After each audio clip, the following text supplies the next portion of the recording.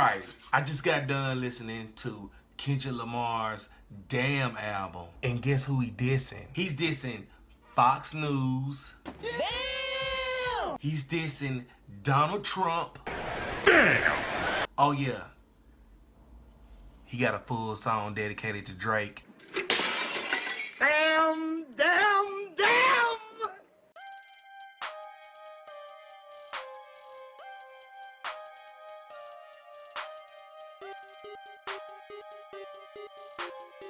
Yo, what up? It's your boy Black with Black TV, where we give you reviews and hip-hop news. And today I'm gonna be doing a review on Kendrick Lamar's new album, Damn, Damn, Damn! Don't forget to hit subscribe for more videos from Black TV, and hit a like and let me know what you think about Kendrick Lamar album, what you think about my video, and put in the comment section and let me know if you like it, do you hate it, whatever. So let's get started. Damn by Kendrick Lamar sounds totally different from Good Kid, Mad City, and To Pimp a Butterfly, where Good Kid, Mad City told the street perspective from Kendrick Lamar, and To Pimp a Butterfly said really the political version of him. I would think this album meshed both of them together perfectly. When I went into this album, I was really expecting a total different side of Kendrick Lamar, but actually we kind of got of the same of Kendrick Lamar. It was just, he had a lot of shit to say after Pimp a Butterfly, if you get what I'm saying. It was a good album, but I really wouldn't consider it a classic, but it was better than his last album, which is Pimp a Butterfly. Now when I look at the cover and after listening to the album, I can see why he's looking like this. It's like a lot of pain, a lot of anger, just a lot of frustration, and just, it's just, this picture is plain, but in another sense, after you listen to the album, it explains a lot from Kendrick. Well, as far as the production on the album, I really like his producer's choices. Like, Mike Will actually had 3 tracks on this album, and Knife Wonder had a couple, and he also had Alchemist on here. And I like his transitions of him switching the beat up. Just like in the Heart Part 4, it's a couple of songs they did exactly the same thing. But let me go ahead and get into it. Element is like, he really doesn't say his Drake name, but you can tell this song right here was really dedicated and shooting towards Drake, because he's mentioning like, you throwing rocks but you hiding your hands, which is a perfect example of Drake doing a lot of sneak dissing and not saying no names or whatever. And basically what Kendrick Lamar saying is, if you gonna go after somebody, say names. But Kendrick can't really say that, because he has did that on Humble towards Big Sean and the Heart Part 4 towards Big Sean. So that's kind of hypocritical, but I like the aspect of him doing it. He also referenced Drake by calling him Mr. 1-5, which, you know, Drake is also called the Sex God. And just by listening to the chorus, which the chorus said, slapping a pussy nigga, I'ma make it look sexy. It's just, you can tell by listening to Element that it was more towards Drake, but it's kind of hypocritical, but I like it. And the little 4 bars he did at the end of Element, where he was copying Juvenile flow, I thought that was pretty dope. Loyalty with featuring Rihanna was another dope track, where they was going back and forth for bar, and it's really talking about what you're really loyal to. Some people gonna say that it's more of an Illuminati track, but I didn't get that from that. It's just basically what it's saying is that, are you loyal to your family, money, or anything like that? But I would consider this his second single, because just on how it sounds, the entire track is really dope. And the track Lust is very, very remarkable. It's like telling the perspective of a man and the other perspective of a woman, of them lusting and having sex. And on the 3rd verse, they wake up to the after morning of the election. And I like how he told the story in this song, like how the man was feeling towards the woman, and then in the second verse, it was telling the woman how she was feeling.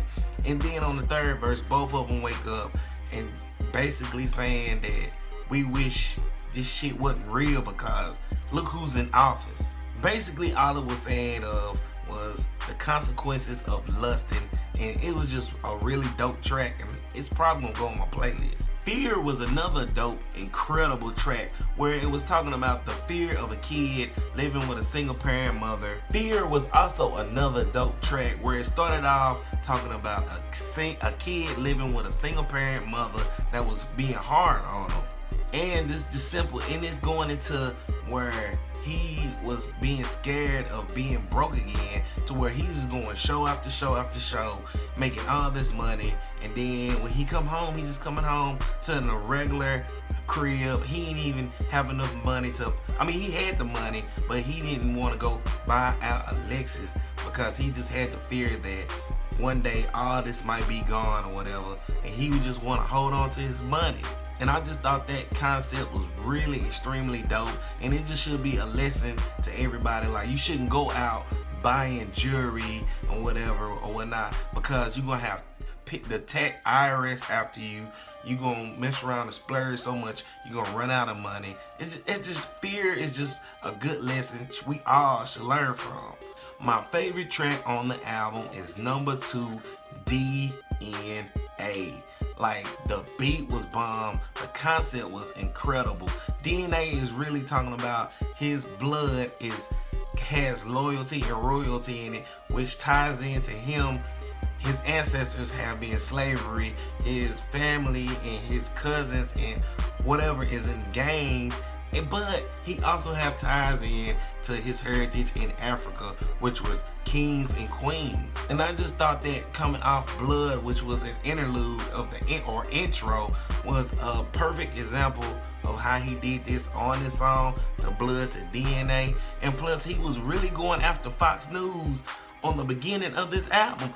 Matter of fact, he was going after Fox News through the whole entire album. What I really disliked about it was, it wasn't really a lot. It's just that even though this album is packed with full of messages in it, I only like just a couple of songs on it, like Loyalty, DNA, Humble, and Duckworth. But I don't think it just really have enough strong songs to where it can stand out to the mainstream audience or the average listener. And just one big gripe about this album is that I hated that he had a guest appearance by DJ Kid Capri. I understand that he tried to make it to where he wanted to make it sound like a classic mixtape project, but I just didn't think that it mixed well with his album and what he was teaching on each song. And then you just had random Kid Capri yelling out in classic form, like, it's Kid Capri, it's Kendrick Lamar. Like, it didn't mesh well.